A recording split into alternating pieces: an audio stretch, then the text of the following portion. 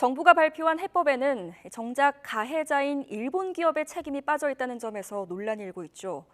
국민의힘 정진석 전 비대위원장은 정부의 제3자 변제 방식이 결국 문희상 전 국회의장의 아이디어라며 야당의 비판에 선을 그었습니다.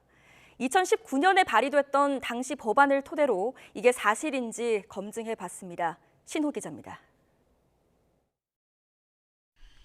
외교부는 일제강제동원 피해자 대법원 판결금 지급 해법으로 제3자 변제 방식을 제시했습니다.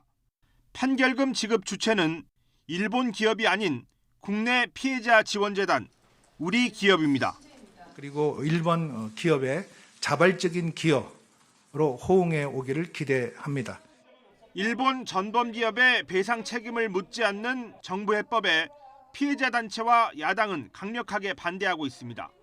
그러자 정진석 전 국민의힘 비대위원장은 제3자 변제 방식이 결국 민주당 출신 국회의장이 추진했던 안과 같은 맥락이라는 주장을 펼쳤습니다. 지금 제3자 변제가 우리 아이디어인 것 같습니까? 민주당의 아이디어입니다. 문희상의 아이디어예요. 그래서 지난 2019년 문희상 의원 대표 발의 법안을 확인해봤습니다. 기금을 조성하는 방식으로 우리나라 또는 일본 기업의 기부금, 한일 양국 국민의 기부금, 정부, 국제기구, 단체 등의 기부금을 명시했습니다.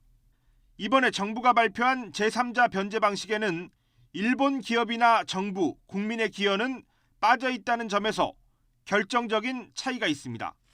한일 기업과 정부, 국민이 참여한다는 뜻에서 2+2+ 알파로도 불렸던 문희상 안의 당사자에게 전화를 걸어 물어봤습니다. 문희상 전 국회의장의 첫 마디는 하늘과 땅만큼 차이가 크다였습니다.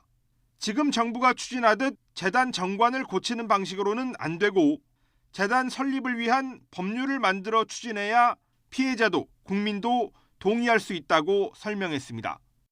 책임을 묻는 방법에 대해서는 일본 기업들도 기꺼이 재단에 참여하겠다고 했고 꽤 구체적인 논의까지 있었는데 일본 정부가 막았다고 말했습니다.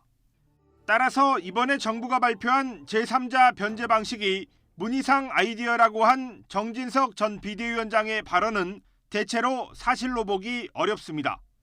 정 전 비대위원장은 이제 문희상 안을 놓고 특별법 제정 논의를 해보자고 야당에 제안했는데 문 전 의장이 20대 국회에서 발의했던 법안은 이미 3년 전 21대 국회 개원과 동시에 윤상현 의원 등 국민의힘 의원 12명 이름으로 다시 발의돼 있습니다. 강제동원 희생자 지원 특별법 개정안과 기억, 화해, 미래재단 법안의 제목부터 내용까지 모두 똑같습니다. YTN 신호입니다.